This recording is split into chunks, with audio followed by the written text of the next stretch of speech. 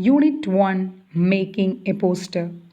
We have drawn beautiful pictures using Paint software in your previous class. Now we can learn a software having more tools and editing options. In this chapter, we are going to make a poster using GIMP Image Editor. I know GIMP is a new word for you, but I strongly believe all of you are very familiar with photoshopping, editing images, and all. Everybody is using different applications in your Android phones for the same. But in this chapter, we are going to learn about the GIMP image editor. At the end of this chapter, you will learn to make a poster by using GIMP application. Now, what is GIMP? GIMP is a good image editing software. GIMP stands for New Image Manipulation Program. I repeat, GIMP stands for New Image Manipulation Program. We can make use of GIMP for designing texts, pictures, etc.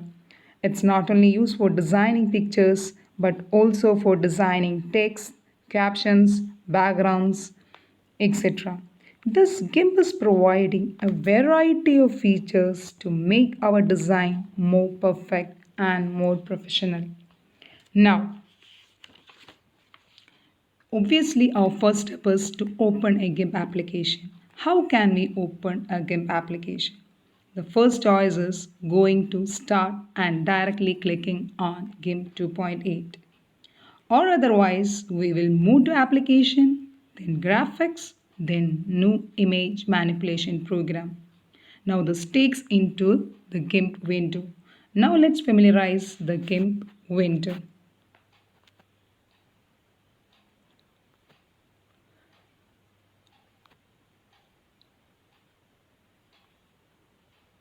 This is the toolbox. Then this is the layer window. And the middle one is our main window. First of all, we must have an area to prepare a poster. And this area is called as canvas. So, in poster making, the first step is creating a canvas. Now, how can we create a canvas? We will move to File, then click New. The following window will open, and in this window, we can see a width box, a height box, and a pixel box. We can adjust the width and height of the canvas according to our need by giving the desired values in the width and height box. By clicking the arrow near the pixels, we can select the units like inches, centimeters, millimeters, etc. We all know for each measurement we must have a unit. In this case, since we are using length as measurement, we are using units such as centimeters, millimeters, inches, etc. Or otherwise, we can select a default size. What do you mean by default size? Default size means the actual size of the canvas. In GIMP application, the canvas is already set into a particular size and that size is called as canvas. Now, if you are preparing a canvas in default size, just click the icon OK. Or else, if you are preparing a canvas of your own size, give the desired values in width and height box and select the appropriate unit from the pixel. A new canvas will appear and the canvas for preparing a poster is ready now. Now, would you like to change the color of the background? How can we give background color to a canvas? In order to give background color, we should be familiar with three tools. The first one is color palette. The next is bucket fill. Then the next one is blend tool. Now, first of all, we will move with the color palette.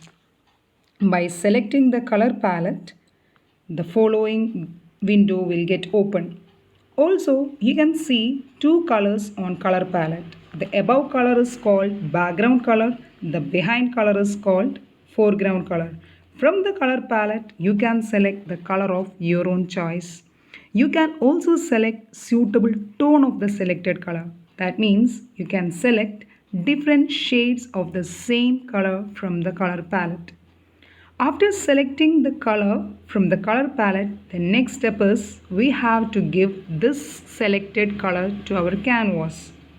For that, select the bucket fill tool, come to the canvas, just click on the canvas, the desired background color appears on the background.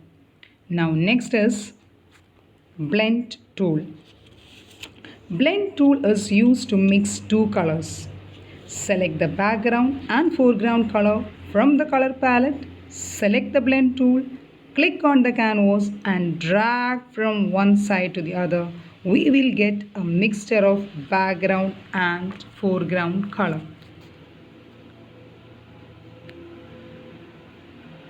That means canvas is ready now. Now the canvas is ready with a mixture of background color blue and foreground color white as background. That's all for today. The rest of the features we can study in the next session. Thank you.